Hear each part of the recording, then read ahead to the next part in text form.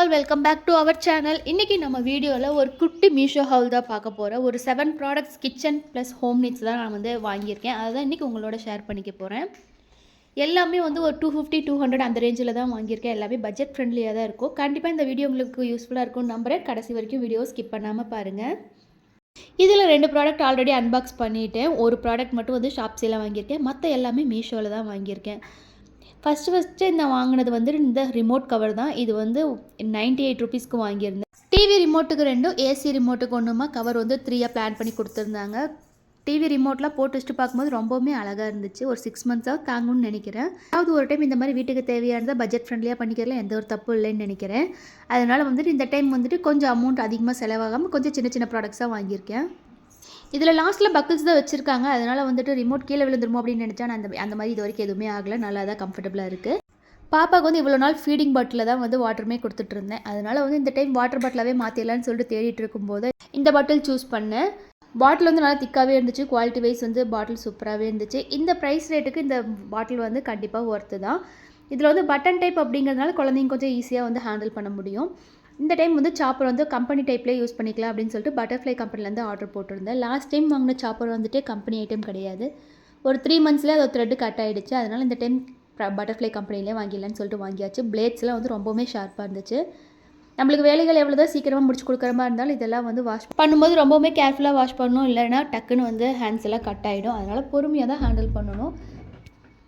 இதோட ப்ரைஸ் வந்து 400 சம்திங் இருந்துச்சு. ஆனால் வாங்கியாச்சோம் அப்படின்னா கண்டிப்பாக வந்து ஒரு 1 இயராவது ஒர்க் ஆகும் அப்படின்னு நினைக்கிறேன்.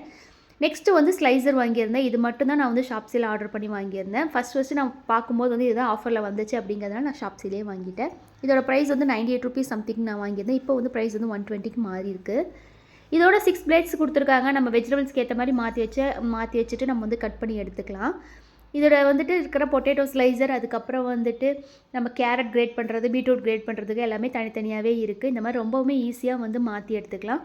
அடியில் வந்து லைட்டாக கை தூக்கி விட்டுட்டோம் அப்படின்னாலே வந்துட்டு இதோட அந்த ஃபோல்டர் வந்து தனியாக மேலே வந்துடும். அதுக்கப்புறம் நம்ம வந்து எந்த ஃபோல்டர் வேணுமோ அதை நம்ம ஈஸியாகவே சூஸ் பண்ணி எடுத்துக்கலாம்.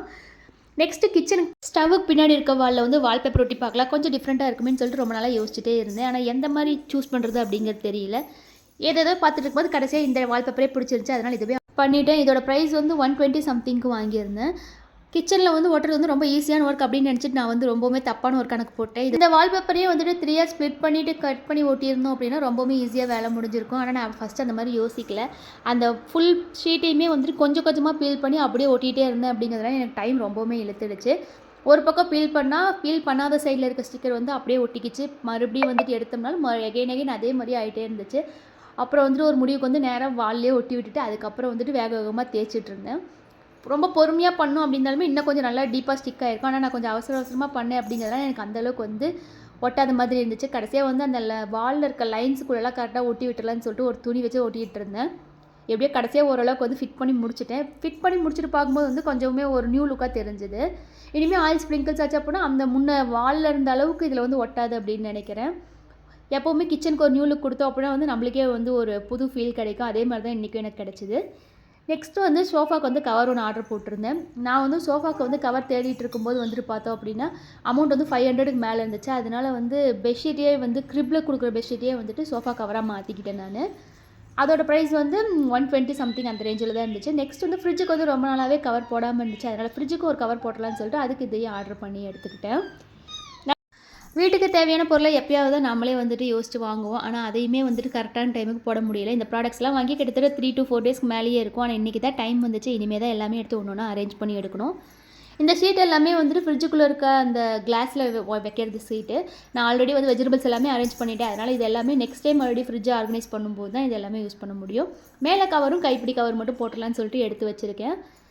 இது வந்து சிங்கிள் பெட்டோட கவர் தான். அதனால் அதையே நான் வந்து சோஃபா கவராக மாற்றிக்கிட்டேன். எனக்கு இதுவே கம்ஃபர்டபுளாக இருக்க மாதிரி இருந்துச்சு அப்படிங்கிறதுனால ஃபஸ்ட் டைம் யூஸ் பண்ண மாதிரியே செகண்ட் டைமும் அதே டைப்லேயே வாங்கிக்கிட்டேன்.